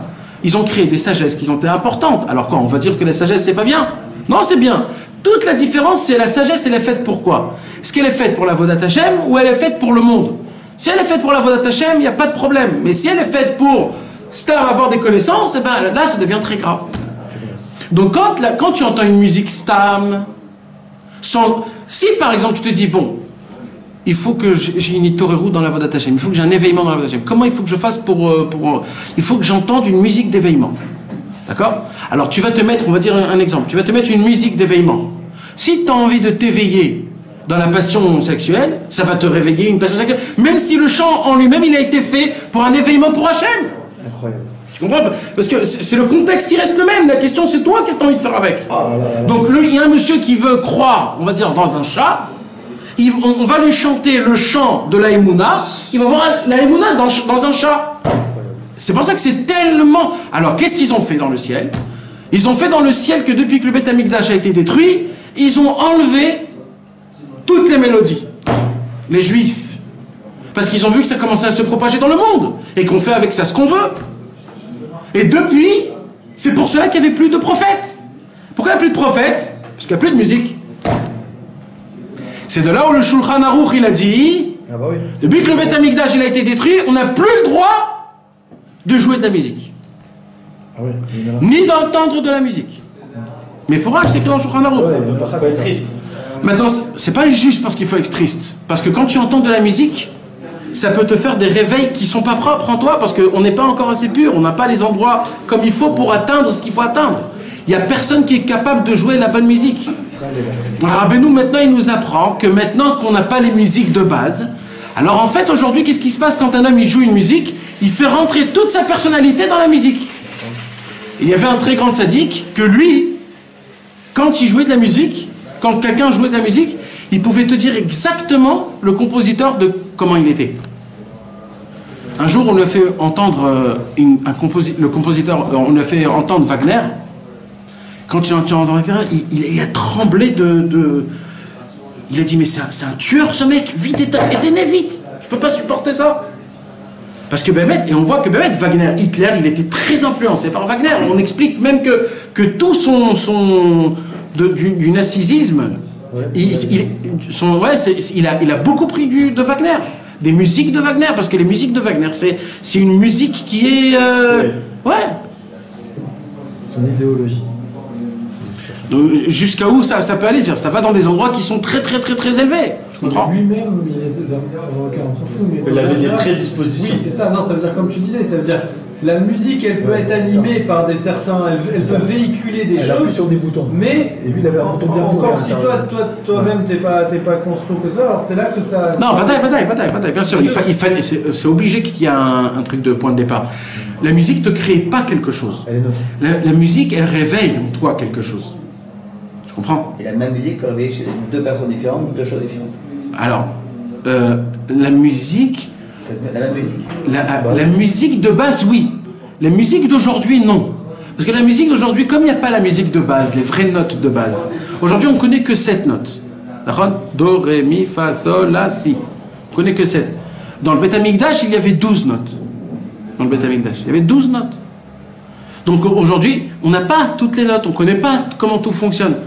À l'époque, quand il y avait... Non, 10 sortes de mélodies. Les notes, c'est une autre histoire maintenant. Alors maintenant, qu'est-ce qui se passe? Il se passe que comme on ne connaît pas toutes les notes, alors on ne peut pas savoir comment ça se passe. Alors aujourd'hui, qu'est-ce qu'on crée? On crée des mini-bébés de toi-même, vraiment de la crasse, ça veut dire... Et là, celui qui l'entend, ça fait naître en lui quelque chose de mal. Automatiquement, obligatoirement. Quand on entend la musique de Wagner, ah oui, de Wagner, ouais. ou des autres, de tous ses copains de Wagner, ça crée de la méchanceté. Il a bien dit sur... c'est juste parce que je l'ai dit, je devrais confirmer. Israël, il a bien dit sur Israël Vegan que c'était la voix du Gan Eden, non? Non, je sais pas, j'ai jamais entendu ça, moi. Maintenant... Donc il y a des choses comme ça, mes amis, vous comprenez? Donc il y a des musiques, c'est pour cela que les tzadikim, ils ont commencé à faire, comme ils ont vu que le monde a pris cet instrument de musique, parce que petit à petit, les vraies musiques, le classique, il a commencé quand? À la 15, à la Mea Hamesh, comment on dit? Il n'y a pas une histoire comme ça que quelqu'un, je ne sais pas si c'est Rabbeinu ou quelqu'un d'autre, il a proposé à un juif son Kelly lui-même, et ça a été chez Mozart. C'est Mozart qui a reçu, qu'est-ce qu'un juif il aurait dû recevoir? Il y a un truc comme ça, je ne sais pas si c'était qui, c'est Mozart ou Beethoven, ou... Oui, voilà, je crois que c'était Beethoven. Ouais. C'était quand? Quelqu'un peut me dire en date, c'était quand? Beethoven, c'était il y a 300 ans. S'il y en a un qui peut le dire, il n'y a que lui. Non, parce qu'il y a écrit comme ça, il y a un tzaddik, c'était en date hébraïque, quand on est passé du 4e millénaire au 5e millénaire, c'était il y a à peu près 700 ans. Ouais. Et ben, il devait descendre... Beethoven, c'est 1770. C'est ça. 1827, c'est les périodes de Rabbeinu. Et Mozart? C'est la même période que Rabbeinu Ça, Beethoven. c'est un peu avant, c'est 1600. 1770, c'est combien t'as dit? 700 ans. Ah bon 100 ans. C'est vrai, il a raison, c'est C'est la même période que Rabbeinu. 1756 à 1791. Ah non, Il y avait une sagesse qui devait descendre chez Pareil, nous. hein, c'est la même période que Ouais, Rabbeinu. ouais. Et c'est tombé dans une autre. Il y a un lien comme ça, ouais. Il y a un lien comme ça. Il y a un lien comme ça pour plein d'autres choses. Quand Einstein, par exemple, il a dévoilé, c'était le même que Rebbe von Bernarmen. Rebbe von Bernarmen, il a dévoilé le même chose. Il y a un lien qui est exceptionnel. Dans les Mounavidia Rouhanit, il explique toutes ces choses-là, des choses qui sont exceptionnelles. Comment dans chaque date, il y a eu le même effet en juif. C'est parce que nous, on l'a pas reçu, c'est aller chez eux. Mais il y a une toute petite nuance. Alors, les musiques classiques ont commencé dans à peu près le XIIIe siècle. Ça a commencé les musiques classiques. Et il n'y avait que des musiques classiques. Il y avait... Pourquoi? Parce que c'est quoi la... Je sais pas pourquoi il s'est arrêté en plein milieu, il s'est éteint, il s'est remis. Bekitso. On n'aura pas le... Son cul Facebook. Alors Bekitso, qu'est-ce qui s'est passé? Il s'est passé donc qu'il y avait des musiques. Les musiques classiques ont tenu le plus longtemps. Les musiques classiques, ils sont restés neutres. Mais vous allez voir que les musiques classiques, chacune, elle a son caractère. Il y a des musiques qui vont vite, il y a des musiques qui vont moins vite, etc. etc. Et depuis qu'il y a eu ça dans le monde a commencé à fonctionner plus vite. Il a avancé plus vite. Ils ont conquéri des mondes. Le Columbus, le monde il est devenu plus grand, ils ont découvert plein d'autres choses. Tout c'est parce qu'ils ont découvert plein d'instruments de musique, ils ont voyagé dans le monde, ils ont associé tous les instruments de musique, et comme ça, c'est fait la musique. Et là, les tzadikim, ils ont dit, si ils ont repris de la musique, nous aussi on doit reprendre de la musique. Même que le Beth Amikdash, il a été détruit. Et c'est là où le Baal Shem Tov, il a commencé à instituer un chidouche qu'il n'y avait pas à l'époque. C'est des nigunim qu'il faut s'asseoir entre amis et chanter des heures. Ils ont commencé à la Seuda Shlichit. Que tout le monde s'assoit et tout le monde chante des chants que d'éveillement. Pas des chants simcha, des chants d'éveillement. C'est ça, les shirit vekut. C'est des chants, il y a plein de shirit vekut. Et on voit que Bémet, ces chants-là, ils ont fait plein de Baal et Tchouva. Les gens, ils venaient rien que pour s'asseoir, ils écoutaient des chants, ils pleuraient comme ça, ils se disaient, oh là, il y avait Rabbi Aaron, le Rav de Karlin, un élève du Baal Shem Tov, qui a fait plus de 80 000 Baal et Tchouva. C'est lui qui a créé le chant Ka'er Sof Noam Shabbat. Alors on raconte que lui, il allait dans des bâtés midrashot, il s'asseyait et il chantait. Les gens, ils se mettaient à côté, ils entendaient, ils rechantaient. Dès qu'il rechantait la deuxième fois, qu'il était bien sûr qu'ils ont tous chanté, il est rentré dedans et il disait maintenant allez voir le Baal Shem Tov. Et comme ça, des centaines et des centaines de personnes ont fait Teshuvah. Rabbeinu a institué des chants, Rabbi Nathan a créé des chants et ainsi de suite. Les chants se sont faits petit à petit. Petit à petit, ils ont créé une sorte...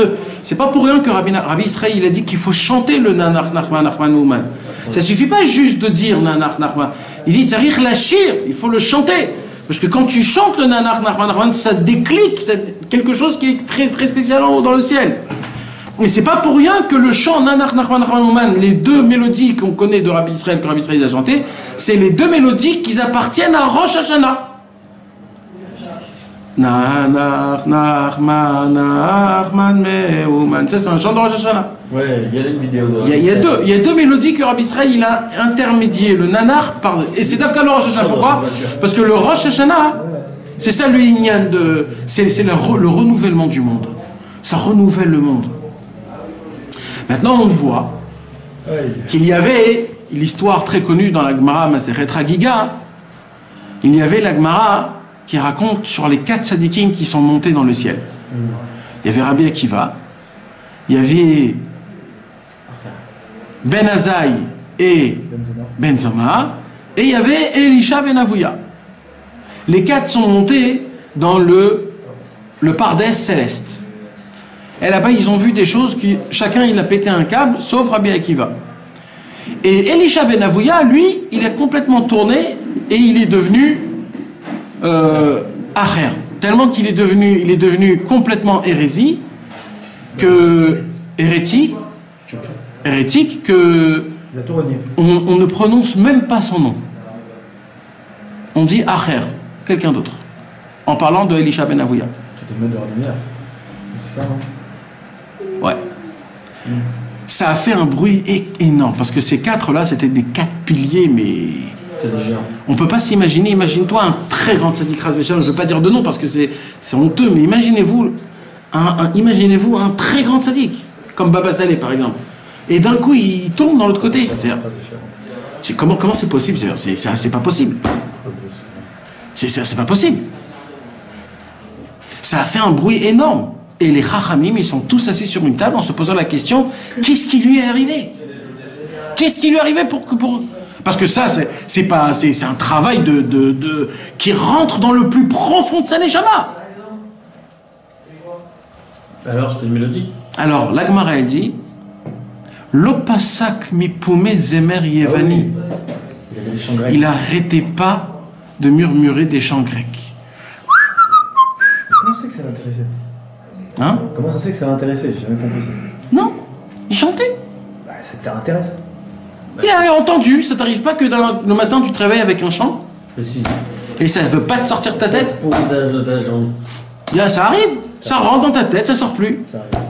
Maintenant, l'opasak moumé, ça veut dire quoi? Ça veut dire que s'il aurait juste chanté une fois, 2 fois, 3 fois, bon.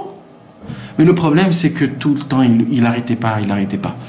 La musique l'a fait faire rentrer au plus profond, puisque la musique, c'est ça la racine, on l'a dit. C'est la racine divine de la note, des vibrations, de la vitalité de la chose. Donc le Zemer Yevani, la Grèce, toute la mythologie grecque est rentrée jusqu'à que quand il y a eu le Méred de Bar Korva, il est parti avec les Romains, il faisait partie des Romains. Oh. Elisha Ben Avouya, celui qui est monté dans le Pardès céleste. Il n'y a eu que 4 qui sont montés dans le Pardès céleste. Il est monté jusqu'en haut, il a vu Dieu, il a vu le trône d'Hachem par ses yeux en chair. Et lui, il a tourné à cause de la mélodie qu'il a entendue. Combien ça peut nous faire de l'effet? Vous comprenez un petit peu, mes amis, comment c'est? Pourtant, lui, il était un bon quand tu l'as reçu. On a dit que la mélodie... Mais j'ai expliqué, ça c'est la mélodie de base. Quand la mélodie de base, elle est morte, et qu'ils ont créé une nouvelle mélodie, quand ils ont créé la nouvelle mélodie, la mélodie de base, les Grecs, ils ont créé une mélodie où toute la mythologie grecque est là-bas. Lui, quand il l'a reçu, il ne peut pas rechanger dans l'autre sens. Non, il ne peut pas la rechanger dans l'autre sens. Lui, il peut pas la rechanger. Personne ne peut la changer. Quand ça a été fait de base pour l'impureté, tu ne peux pas la changer. Tu comprends? Par contre, quand tu veux vaincre la mythologie grecque, tu dois apprendre le chant grec pour le combattre.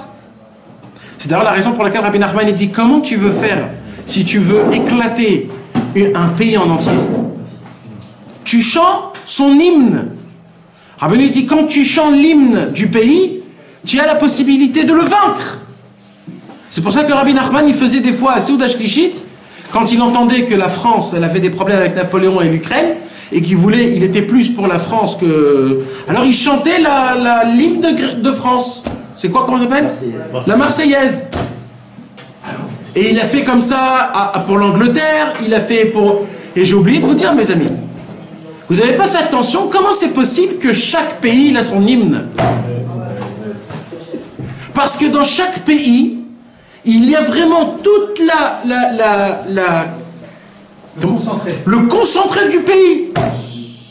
Un jour, je suis rentré sur Google et je me suis dit, ça serait sympathique de lire les paroles de chaque hymne de chaque pays. Et je peux te dire, mon frère, La Marseillaise, c'est rigolo. non mais quand tu lis de chaque pays, mais tu vois vraiment chaque pays, comment il est reprojeté sur l'hymne. L'Allemagne, c'est on va boire un verre de bière avec un truc. Tu vois, c'est un truc de folie. Maintenant, les Italiens, c'est le truc. Les Russes, c'est ça. Non, il faut pas exagérer, mais ça veut dire que tu vois vraiment le reflet de la... Bien sûr, bêta. La France, c'est sanglant. Hein. C'est quoi la France? Allons, les enfants de la patrie. Ah ouais. Ouais, parce que c'est ça, ils veulent conquérir le monde et c'est eux qui ont été conquéris par les Arabes. Mais bon. Mais tu sens que leur niveau et leurs paroles, c'est des bœufs. C'est ça que je veux dire. C'est ça que je veux dire. Tu vois que Jean, on y va, mais... Bon, vas-y, Gigi. Ouais, c'est des rustres. C'est des rustres, c'est des... Et ben c'est pas pour rien, parce qu'il y a la musique de chaque pays. Tu comprends? Et à l'armée, on chante des musiques, pourquoi? En marchant. Et des chants de Gaulois, je sais tellement que c'est horrible, mais c'est pour que ça donne un peu du rythme, c'est pour que ça donne de la... C'est parce que c'est comme ça. Encore une fois, il y avait un seul pays, un seul peuple, que ce peuple-là, il n'avait pas ni de drapeau, ni de monnaie, ni de langue, ni de pays, ni d'endroit, ni rien. Ils étaient toujours de Navenad. C'était qui? Les Palestiniens. Non. C'était les Gitans. C'est les frères. Les Gitans. C'est pour cela, la seule chose qui maintenait les Gitans, c'était la musique. C'est pour ça que c'est les seuls que la musique gitane, c'est la musique que les Juifs ont pris. Pourquoi?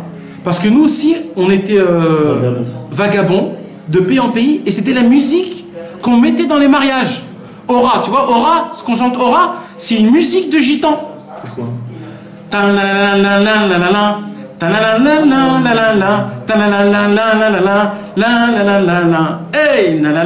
Tous les chants qu'on chante de l'Akba Omer, là, les musiques de... C'est des musiques gitanes. Un jour, quand j'étais jeune, j'ai voyagé de Eretz Israël à Ouman non.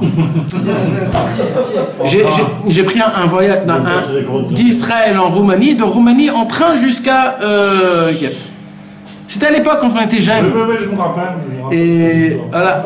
Alors on dormait parce que c'est de nuit, tu vois. Alors j'étais avec 2-3 amis et on dormait, c'est des dortoirs de 6. Et comme par hasard, nous on payait très cher pour être seul parce qu'il y a toujours des petits problèmes de tsniout, etc. Donc on voulait toujours être seul. Un jour on pouvait pas et tout, on était Belarad, c'est qui va être avec nous et tout. Et d'un coup, on voit un couple de musiciens. 4 mecs de musique avec des accordéons, des musiques très spéciales, habillés très spéciales. Les mecs c'était des gitans, des vrais gitans. Ah ouais, les Roumains. Des vrais gitans. Et ils se sont assis. Non, très gentils. C'était les seuls qui nous ont vraiment très gentils. Et je peux te dire, on a passé une nuit, mais j'arrivais pas à y croire. Toutes les musiques qu'ils ont chantées, on les connaissait. Mais on les connaissait. Des musiques de mariage que les Yerushalmim, ils font à Me'acharim. C'était les musiques, c'était ça.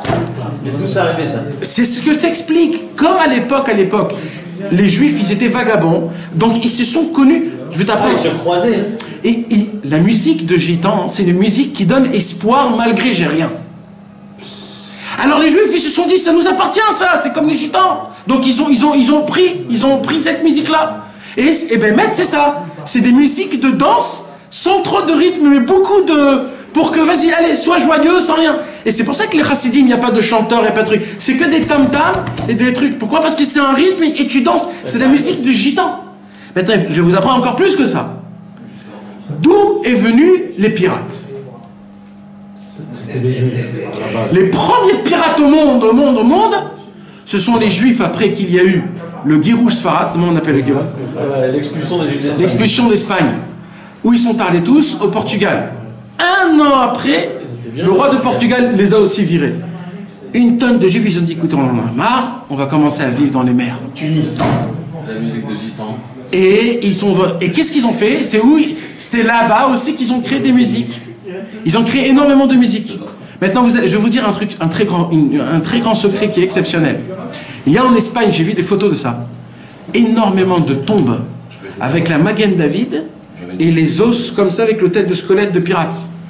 C'était tous des Juifs, tous des pirates. Maintenant, à l'époque, c'était pour servir Hachem, pour pas que personne... Mais après, c'est devenu ce que c'est devenu, parce que c'était très difficile. Mais ça veut dire, je vais vous dire encore un autre truc. Regardez comment c'est important les chants de Rabbeinu, les chants Breslev. Vous savez que Rabbi Israël, il ne chantait pas aucun chant qui n'était pas Breslev. Il ne chantait pas. Il y a une vidéo où tu vois Mamash. Tu vois, il est dans la voiture, il chante des chants Breslev, Rabbi Israël, il est devant, il chante. D'un coup, il chante un autre chant, et Rabbi Israël, il se tait. Et l'autre, il chante. Après, il repasse à un autre chant Breslev, il continue à chanter le chant Breslev. Tu vois, Mamash, qu'il avait un lien de ne pas chanter les chants Breslev. Que Breslev. Maintenant, tu vois ceux qui connaissent les nigunim de Shabbat, tu vas voir que tous les nigunim du soir, c'est des nigunim spéciaux. Les nigunim du matin, c'est des nigunim un peu plus besimcha.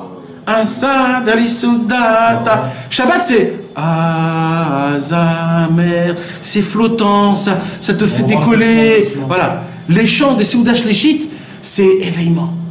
Bnechala, Dirsifin, c'est tué dans. Et Motzei Shabbat, c'est la chute.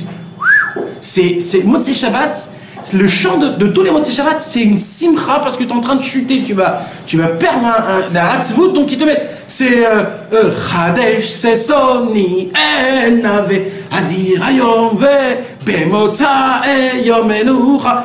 Parce que tu vois que c'est miyuchad. Chaque chose, il a son rythme, son air, son inyan. C'est pour ça que c'est pas pour rien les chants de Kabbalat Shabbat. Quand on reçoit à Shavuot la Torah, c'est un chant de guerre. C'est vraiment un chant de guerre comme si qu'il y a des tambours. On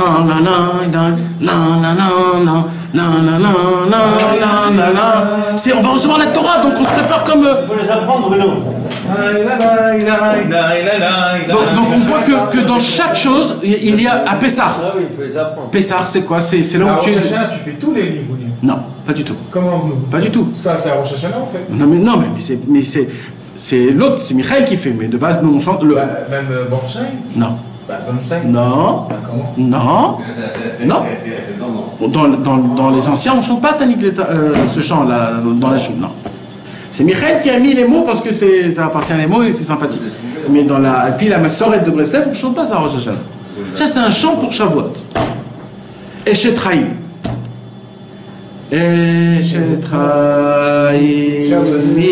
C'est quoi ce chant-là? D'où ça vient ce chant-là? Ce chant-là, Rabbi Baruch de Mejibouj le chantait à Shavuot. Et il chantait le chant qu'on chante à Shavuot, dans Eshetraï. Il chantait comme ça. Eshetraï, non. Eshetraï, Rabbeinu, il est monté dans le ciel quand il était dans sa période jeune. Et il a vu que dans le ciel, c'est pas comme ça, c'est inversé. Alors il a dit, nous aussi on va inverser. Et il a mis le chant de Shavuot pour Shavuot et le chant de Shabbat pour Eshetraïl. Et nous on chante comme ils chantent dans les cieux. Dans les cieux, quand ils chantent Eshetraïl, ils le chantent comme les Chassidés de Breslev chantent. Eshetraïl mi'imza. Et le Nechadoudi? Non. Chez les Chadoudi, on ne connaît pas le nigoun que Rabbeinu il faisait. Ce que nous on connaît, c'est le nigoun qu'il faisait à Ouman. Les habitants de Ouman. Ça c'était le nigoun de. Non, c'est le Ouman. Comme ça, à Ouman, ils chantaient. Donc comme ils habitaient tous à Ouman. Non, mais Ouman, c'est pas que Breslev. Il y avait plein d'autres choses. Donc ça, c'est le nigoun de Ouman. Il y avait un noussar de Shabbat spécial. Il y avait un noussar. C'est-à-dire chaque chose s'est combinée. C'est à Rosh Hashanah. Tout le noussar de Rosh Hashanah, il vient d'où? Il vient du Magui de Torovitz, c'est Rabbi Ikoutiel, celui qui avait 80 ans et qui était rave sur. C'est lui, Rabbi. Ouais. Non, pas le Shochet. Non, sur 80 pays ou je sais pas quoi. Non, pas Shochet. C'est certain qu'il était Shochet, mais c'était pas. Pourquoi tu dis le Shochet? Parce que c'est comme ça. Il était Shochet et qu'il était voir rapidement. Il avait un problème de la. Non, c'est pas lui. Non. C'est peut-être son gendre, Rabbi Yitzhak Aizik de Torovitz. Le Magui du Trovitz, c'était un Magui. C'est lui qui avait la question où ils sont tous les écrits. Voilà. De Rabbeinu, etc. D'Avraham. Mais Kitsour, alors, c'est pour ça que je vous explique que tout le lien de la mélodie, c'est en fait, c'est fait revivre la chose. C'est pour ça que quand un homme, par exemple, il va chanter énormément le nanar, il va chanter énormément les chants anciens des chassidim, etc. Par exemple, le Baal Hatanya. Le Baal Hatanya, il a écrit plein de nigonim qui sont chacun, c'est des nigonim spéciaux. Comme eux, les chassidés Chabad, ils ont fait un lien très spécial avec le cerveau, etc., etc. Ils ont créé des chants de cerveau, très pour approfondir, pour rentrer dans un. C'est très. Le Rav Ashlag. Le Rav Ashlag, c'était un très grand Mekoubal qui était dans les sphères, et il a écrit aussi des chants. Quand tu entends ces chants, c'est très spécial. Hein. Au début, presque, tu as l'arsub, presque. C'est pas des chants, c'est des raisonnements. En fait, après, quand tu commences à un petit peu à entendre, tu comprends qu'en fait, quand tu veux réfléchir, des fois, en fait, c'est pour monter, en fait. C'est des chants pour s'évader dans ton cerveau et de monter. Tu comprends? C'est chacun... Qu'est-ce qu'il faut faire avec tous ces nigunim-là? T'as Rabbeinu, toi, t'as rien besoin d'autre. On a tous les liens de... Nous, on a besoin juste de se connecter. Après, le reste, c'est... Mais pourquoi je t'explique tout ça? C'est qu'en fait, il y a une mélodie. Dans le texte, quand il dit Rabbeinu, il dit qu'il faut que celui qui chante vers Hachem, que ce soit ça, ou que ce soit ça, ou que ce soit ça. Celui qui chante vers Hachem, s'il chante vers Hachem, alors son écoute, il est bien. Parce qu'il te dit dans le texte que celui qui fait pas, il chante que pour le maman, pour la gloire, ou ainsi de suite, lui, il ne faut pas l'écouter parce qu'on va tomber dans son lien. D'accord? Non. Comment? Non. Première partie. Quoi, d'accord? Non, ça c'est écrit dans le Kitsur, pas dans les témoins.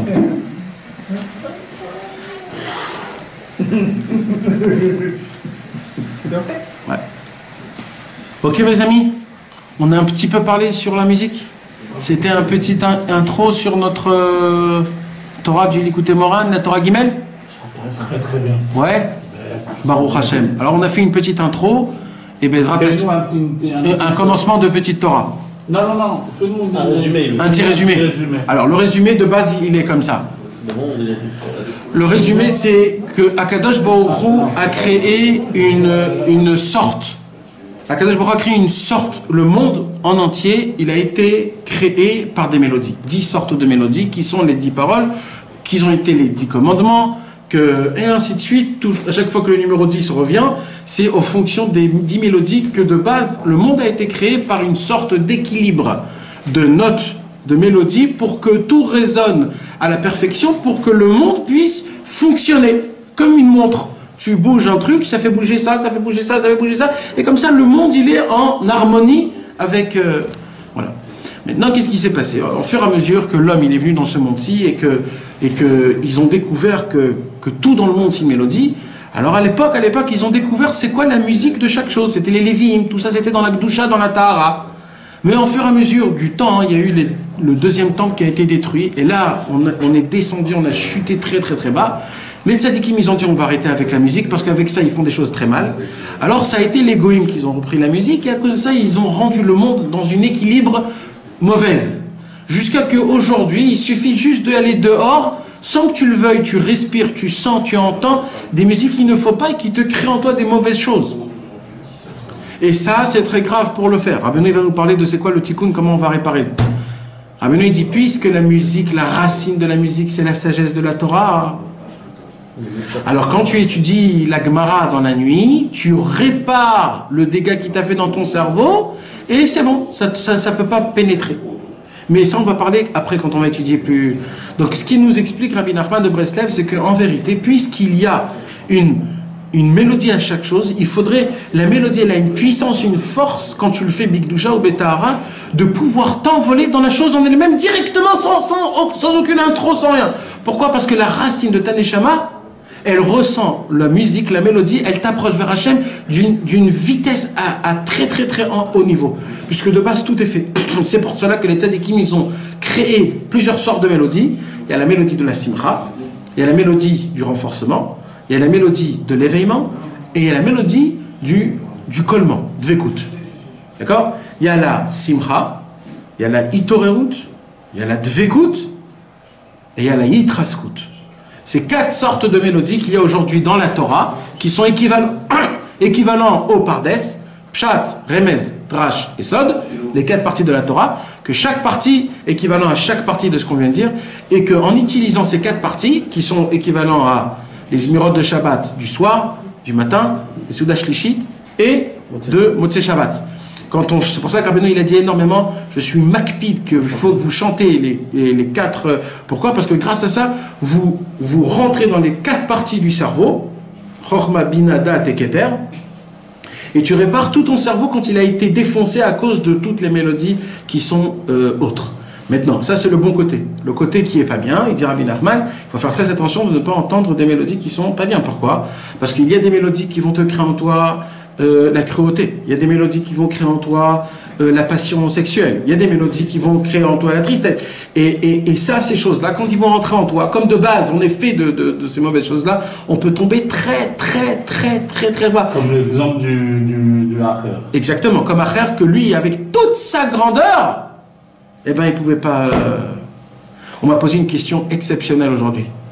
On m'a dit, si Rabbeinu, il a dit qu'en étudiant la Gemara la nuit, ça répare. Mais Elisha, il était à l'époque de la Gemara, donc tout ce qu'il faisait tout le temps, c'était de la Gemara. Comment lui, ça a transpercé le... C'est une bonne question, ça. Ah, parce que ça servait de Nigun pour étudier. Oui. Alors eh ben, j'ai pas de réponse pour l'instant. Ah, on me l'a posé juste aujourd'hui. C'était ça, je pense, c'était ce que je viens de te dire. Que quoi? Parce qu'il utilisait le Nigun pour étudier la Gemara. Le propre Nigun qu'il avait en tête, qui était de l'autre côté, il s'en servait pour étudier la Gemara. Non, mais de base, Rabbeinu, il dit que la Gemara, elle te crée une... Si lui il chante, si lui le Nigun, au lieu d'étudier il met son Nigun dedans. Mais Rabbeinu, il dit que non, normalement, non. Normalement, il dit que dès que tu étudies la Gemara, il n'y a pas de problème. Et même avant qu'il a commencé, il étudiait quand même, tu comprends? Ça veut dire... Bon, on verra. Bezrat Hashem. D'accord, donc ça c'était un petit...